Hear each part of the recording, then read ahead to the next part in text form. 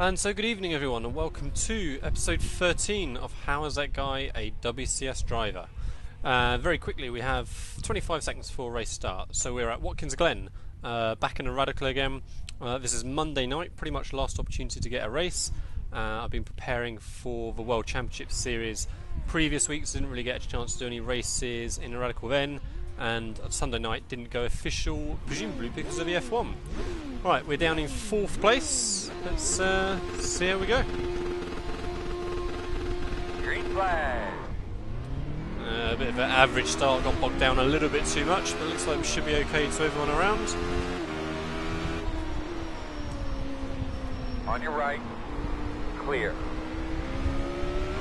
Looks like we're gonna maybe just get out dragged a little bit through the S's here, in just alongside. Clear, clear, clear. Just about works out getting the line into the second part. So we're running low downforce here, Watkins Glen. I'm much more comfortable in the high downforce setups in the Radicals, so we're going to see how we go. I get a little bit of snappiness from the car at times, and we just need to try not to over push and have these silly little moments.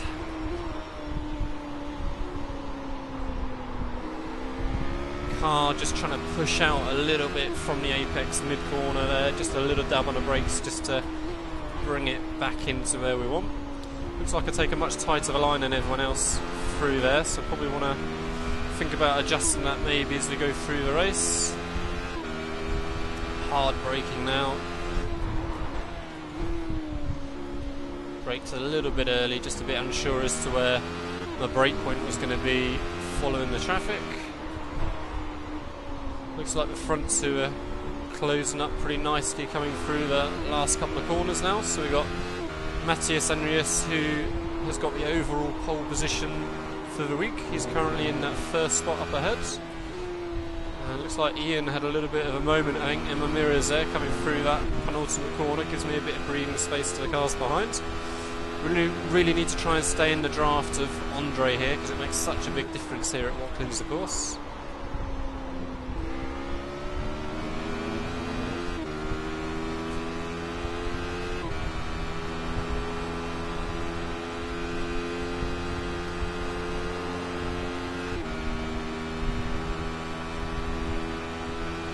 So yeah, we've got a bit over a second now breathing space to Ian and the following cars 5th and onwards into the carousel.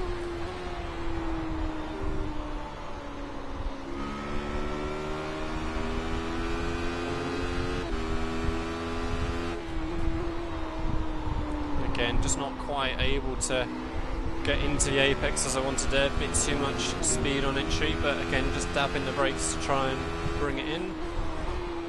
A bit of that deeper line that time, but not quite got the position again how we wanted. Missed that apex by a long way.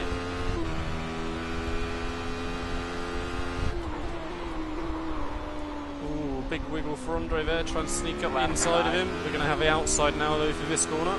Clear. Just about going to hang on to that position, I think. Right, so that's us up into 3rd place then. But now with Andre right behind us, so. And of course now we haven't. Ooh, got this. Ooh, my turn for a big wiggle. Got a wheel on the grass on the entry. Yeah, of course now we haven't got any draft from the cars ahead though, so we could well get swamped from those behind. Alright, back into 3rd gear for turn 1.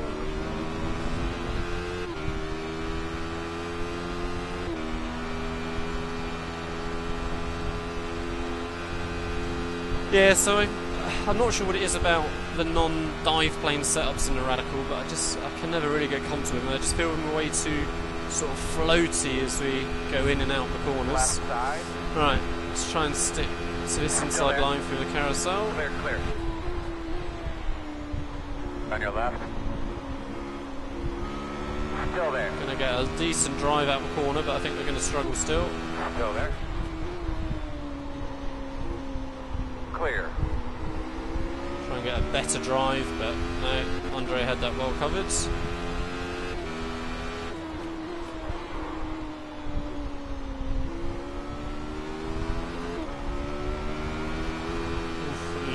close to that grass on the exit for comfort there, really. I'm just going to move out just to give myself a better view of where my brake marker is. And again, Andre just struggles into that same corner again.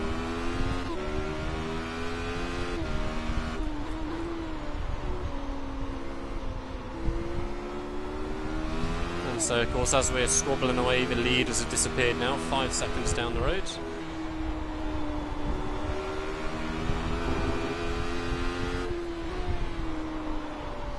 And struggling on that final corner as well. You get so much understeer as you go through there. It feels like you have to go much slower on the entry than you'd expect.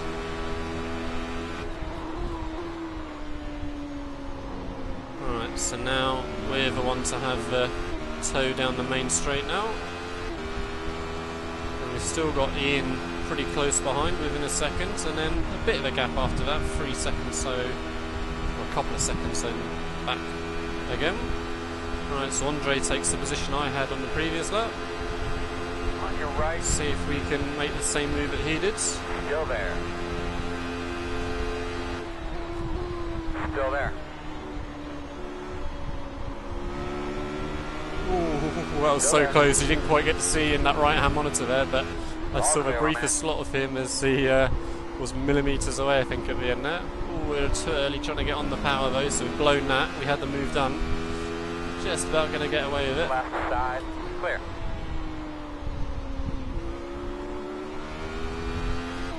Okay, good. So yeah, we're quite fortunate there after just trying to get on the power too early out of the left-hander to not get swamped down the next straight.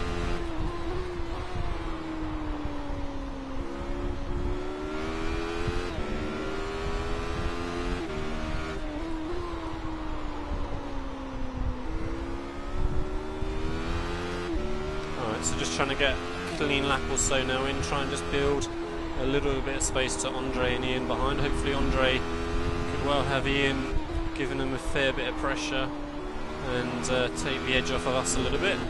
Too fast into that final corner again though, so we didn't manage to get into that apex. Lost a drive coming out. Water temp when you can.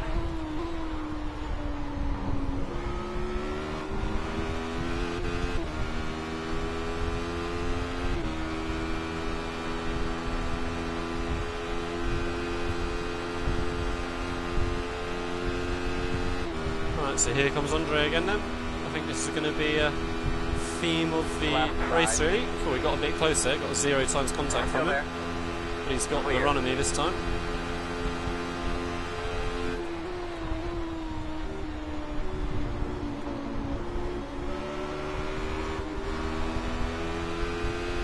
Alright, so again now we just need to make sure we stay with him through the rest of the lap so we're back in his draft again. Next time round, again trying to get on that power way too early. I've got lots of understeer on the exit of that corner otherwise.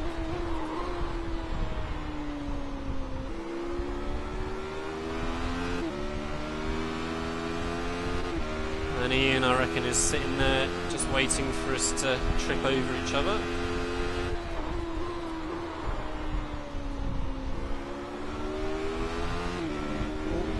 Another little silly off track again.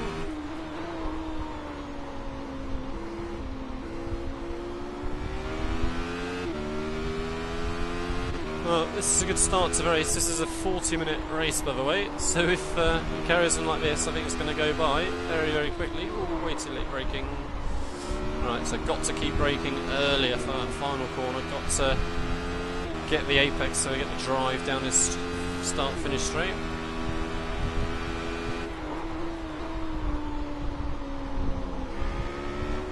Right, but at least we're still here for a bit of toe back on the back straight again. See whether we manage to close enough. We're a little bit further back than maybe last time, but I think we'll get there.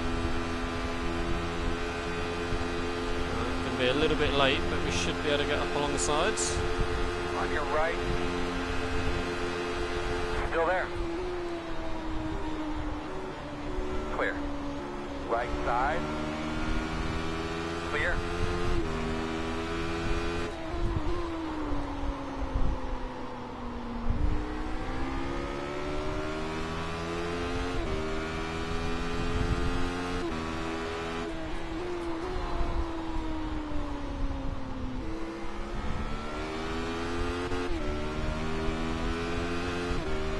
So I think concentration is the order of the day here. Make sure we don't put another wheel on the grass at all. Make sure we hit these braking markers, hitting those apexes, and make sure we stay in the hunt with Andre and Ian here, because I think it's going to probably keep chopping and changing between the three of us as we go through the race.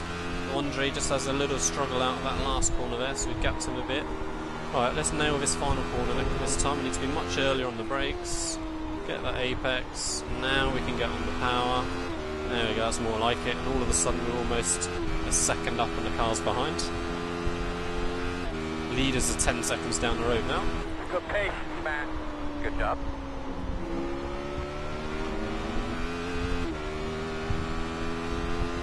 So this might be the first lap, I would think, where I'm going to be left alone down the straight. Andre shouldn't close enough, I wouldn't think. I say that, he is coming quite quick, down to half a second now. Keep a close eye on him. Don't think we're going to bother defence. We're looking fine.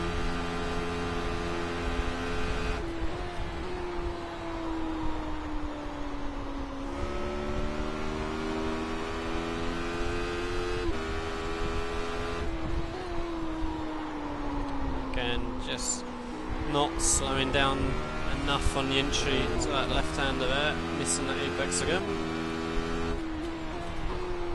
I think I need to be a little bit careful with the timing of some of my gear shifts. I think I'm banging it down that last gear a bit early, hearing it over rev a bit really. I want to make sure I'm not going to pop my engine or anything silly, which can happen every now and then.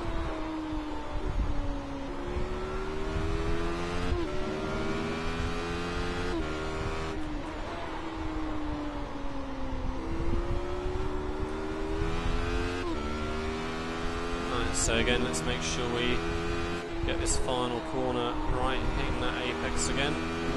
So early on the brake, down into thirds. There we go, and again getting on that power much easier. And we made a 10th that time in that corner.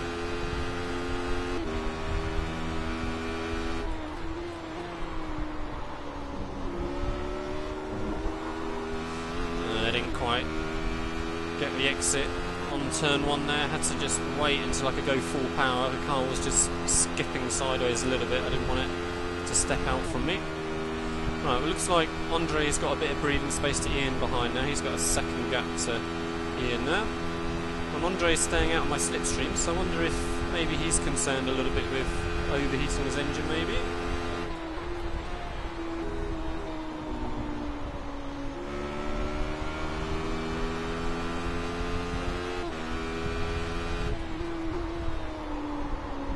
Better getting into that apex a little bit more that time, just about okay getting on the power.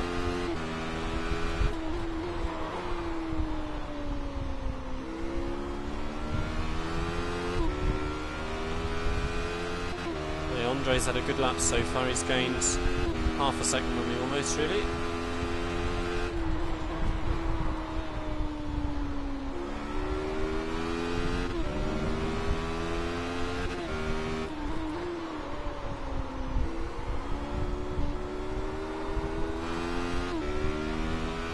A little bit of a struggle on that corner there, ran out to that grass on the outside I think, so that lost him all of that time he gained on me.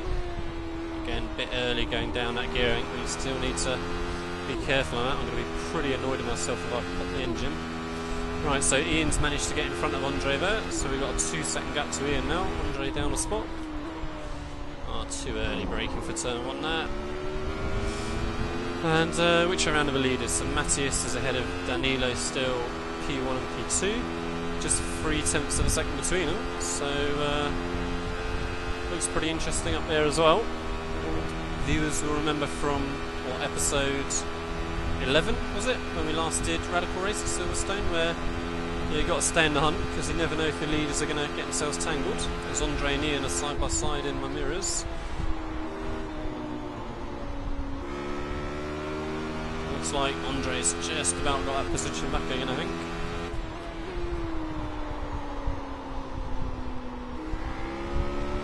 That was a better timing getting on the power on that one. Getting too early going into that second gear, or rather didn't slow down enough before we went into that second. Not sure what temperatures to get away with in this car.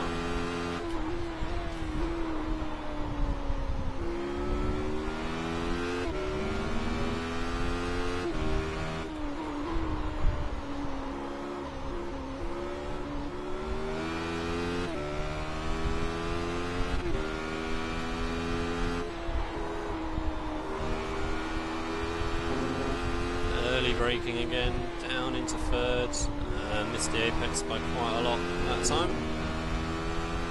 So Andre's gained a good few tenths from me again since he got past Ian.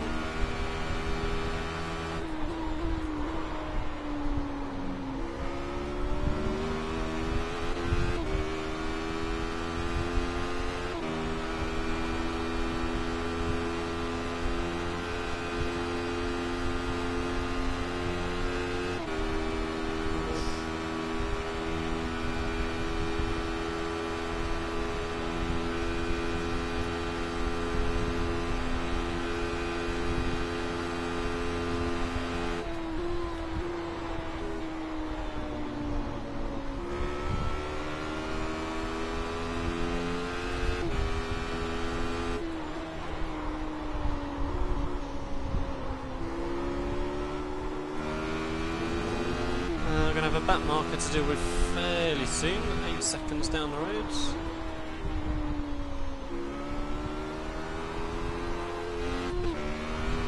Ooh, I saw that coming. That is very annoying. I was just about to say we're ending up a bit close to the grass. What's wrong with your car?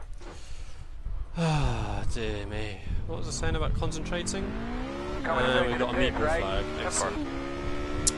Oh, that is very, very tiresome. Annoyingly, the car doesn't feel too bad even though we got a meatball, so we may as well keep plodding around until we get disqualified.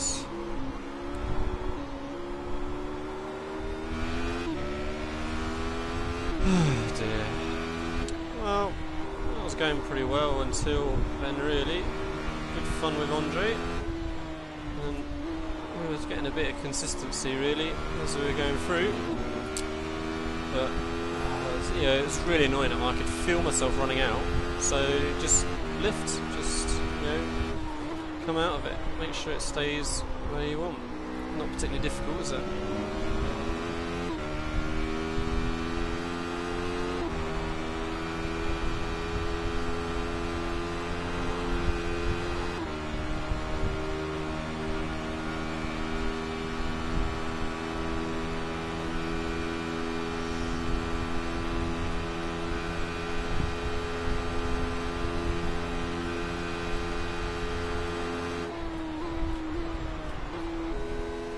To third gear 4.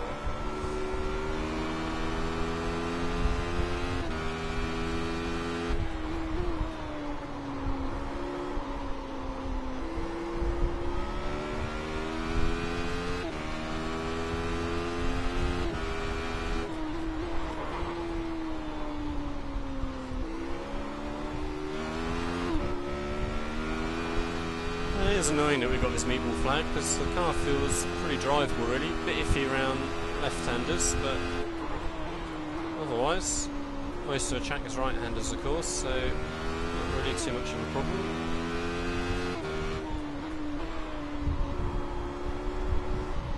Yeah, a bit oversteery around the left-hander, but yeah, still pretty drivable.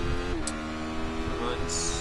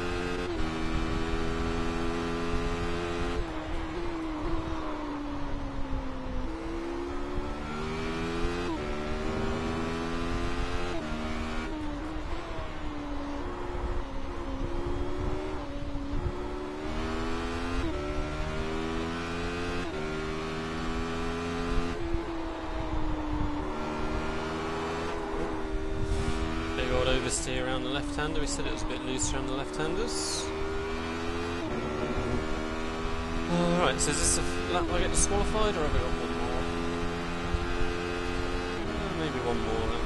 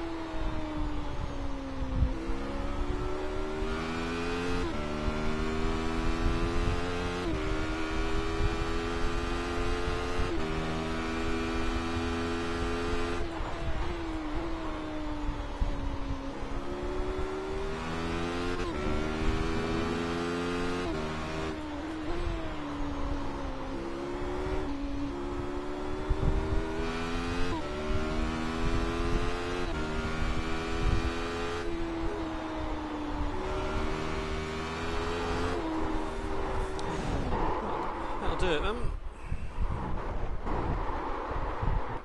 I'm sure that gave Tommy a fright there. Alright, I think we'll call it there.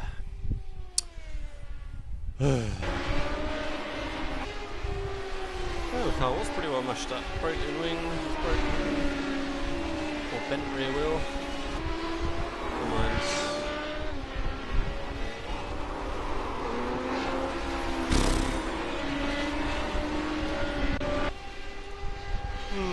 So that was a very disappointing one race of the week in the Radicals. So I like Watkins, but I haven't really been comfortable with a little bit of running I did do these low downforce setups, so I do struggle with, but yeah, got into a good bit of a rhythm, could have kept it going really. Right, let's have a quick look at how close we were to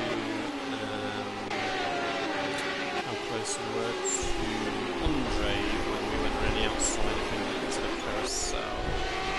I remember seeing in my right hand monitor that I had a little bit of a heart attack when I realised how close he was.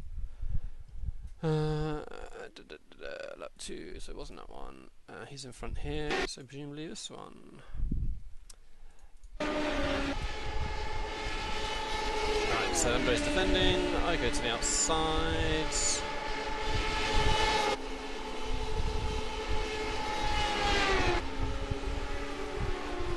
And then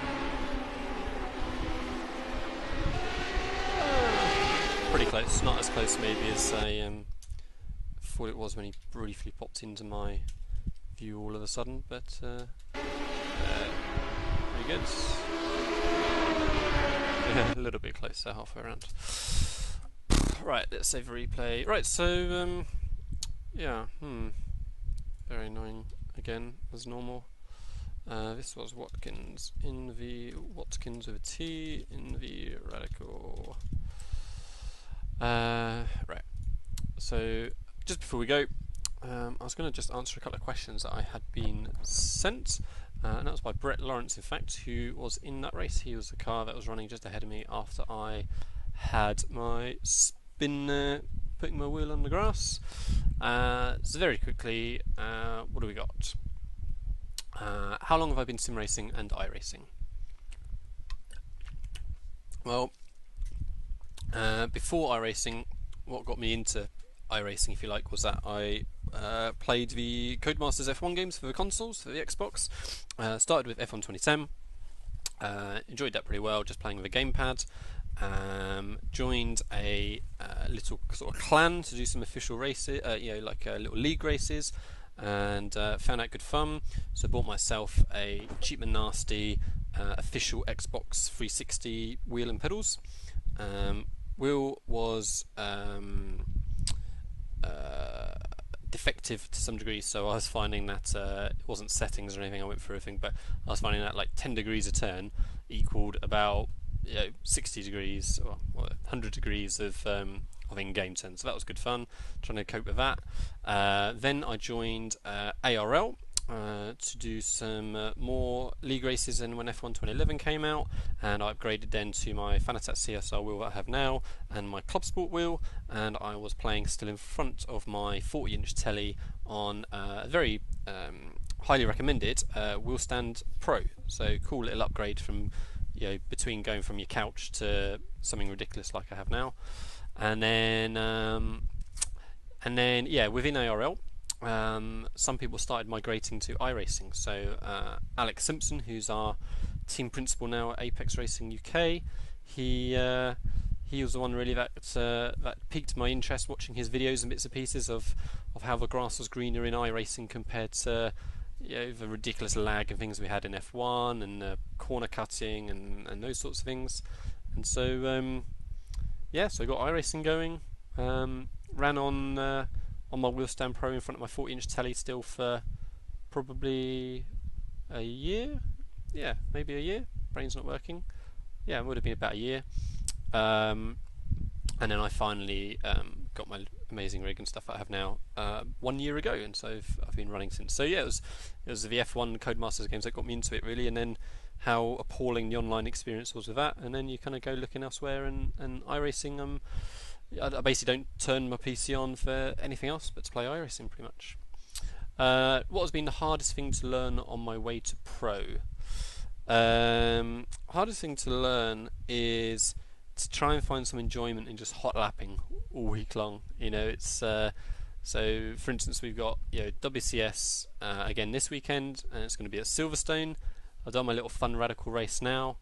I can't dedicate any more time that I've got available playing iRacing really to doing anything else but just pounding around on my own in Silverstone and getting comfortable with the setups that are very kindly provided to me through the team, and trying to make my own small little tweaks here and there, but pretty much relying on that and just finding that consistency and finding that last little bit of time. I haven't got, I can't afford to go out and do fun racing, if you like, which of course my other half takes a mick out of me about quite severely when I say, I'm going to do a fun race today, as opposed to the chore that is trying to do the WCS and the pro series side of things. So yeah, it takes you've got to be able to put up with just pounding around hot lapping, especially in the F1 car. It might be different if they change the car in the future, but certainly for now it's only the aliens who really can just turn up and drive it. For everyone else, we've got to put in quite a lot of laps. I don't do as many as some people, but that's the hardest thing to learn really, is just to find some enjoyment in hot lapping, and working with a team helps, because you will post your times and your little tweaks that you made to setups and things, and it becomes it's almost like you've got your own ghost cars and you're just trying to chase that extra little bit of time. So it's a good bit of motivation at least. Next question that Brett asked was, what's the single most important thing to concentrate on for a midfield 2,500 rating iRacer who wants to improve but is hitting a talent wall? I think I kind of feel that I had that when I spent my first year on iRacing really. Let's have a look at my stats. I would guess off the top of my head that I was floating around that 2,500 mark for a good chunk of time really. Yeah, so from, what's that going to be, October 2013 all the way through till pretty much October 2012, all the way through to June 2013. I was playing pretty regularly, most days, but I'm floating between that 2,000 and 3,000 marker, and all of a sudden, as of sort of June 2013, we've had a nice sort of trend getting me up to sort of where I'm now, which is sort of mid 4,000s. I'd say the thing that changed in that month of June there is I got my triple screens and I got my cockpit, as opposed to running in front of my 40-inch telly and with that Wheel Stand Pro. So I wouldn't say necessarily that the triple screens have made me quicker in the direct sense, but I think that it certainly meant I crashed out of a lot less races, I was a lot more consistent, you're more aware of where people are around you, so it's less likely to get tripped up, so your iRating then quite quickly takes a good positive hit from that. And I think the other thing is just, once you get the field of view correct, so I think running a single string with 45-degree view is pretty tough, so most people take a little bit of a hit on that and drop to sort of 60s or 70s with your field of view, and just everything's not quite right. So once you're able to get triple screens and you have a true field of view, I think that does enable you just to maybe get that consistency a bit more and gradually find that time. I would say that it's sticking with a single car as well. I think if you're jumping about playing around with different cars, it's very difficult to progress, sort of whether it be iRating, if that's what you're looking at. Obviously iRating isn't the be all and end all, but just with your own sort of progression with the results that you're getting things, I think if you stick with one or two cars maybe, then you really do find those nuances in it. I was very lucky again to be involved in a team, so if you can find a group of people to work with where you're sharing different setup ideas and you have access to things like iSpeed, so you can look at different people's lines and see what is it that's making a difference, then that's all going to help. I think when if I have the odd time when I try and help people here and there, I've had a couple of people come around and play around my rig.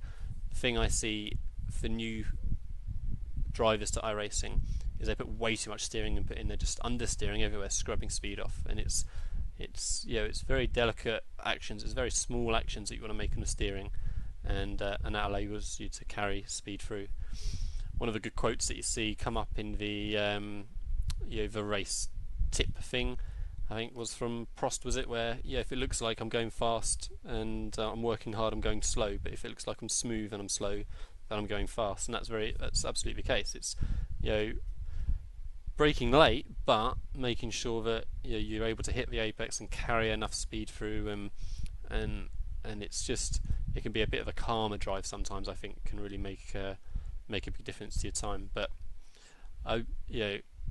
as I kind of tongue-in-cheek try to show in these videos with the title of it, if nothing else, I wouldn't like to say I'm not an instructor. I wouldn't like to say I know all the answers, sort of thing. But I think those are the bits really. Sticking with a single car, upgrading to this helped a lot, and it's just you're having people to be able to compare with and see why why other people are quicker and what makes a difference, and you kind of figure it out from there. And then the very last thing, why are the GT3 cars so popular when they are so dull to drive?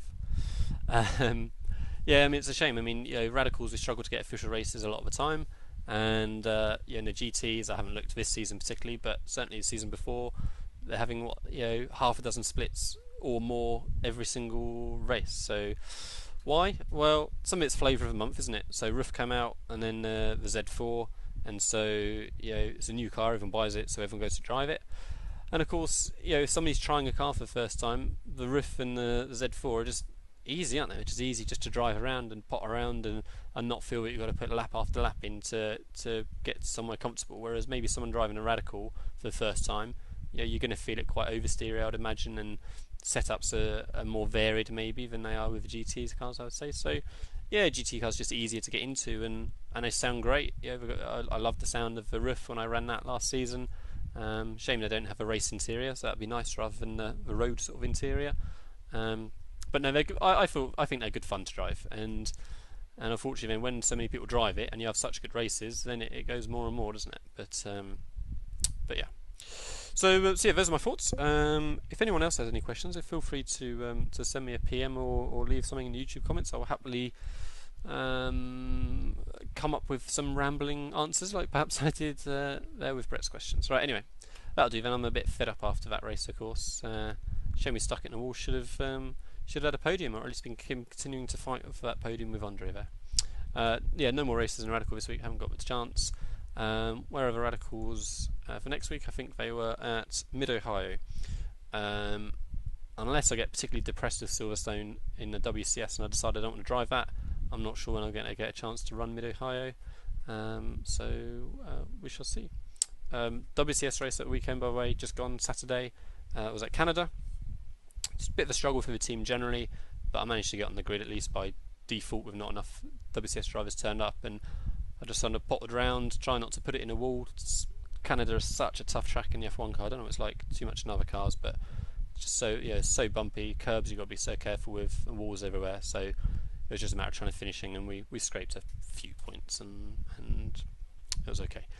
Yeah, we've not got a chance really getting into the top 25 spots for WCS to hang there next season. So just trying to have some fun with it really, if much I can. Trying not to get too frustrated by being at the back, where for previous year, it's kind of, you can imagine it's like real life, isn't it, where the kids come up through the ranks through the different series, and they're always around those podium sort of spots, and all of a sudden they get to F1 and they're sitting at the back in a Caterham or something. But I haven't got the excuse of the car, of course. But it's just trying to go out there and just enjoy being on the track with those iRacing celebrities, if you like, a lot of them, Gregor Hutu, Hugo Louise, those sort of guys, and being part of it. But so it's Silverstone this Saturday.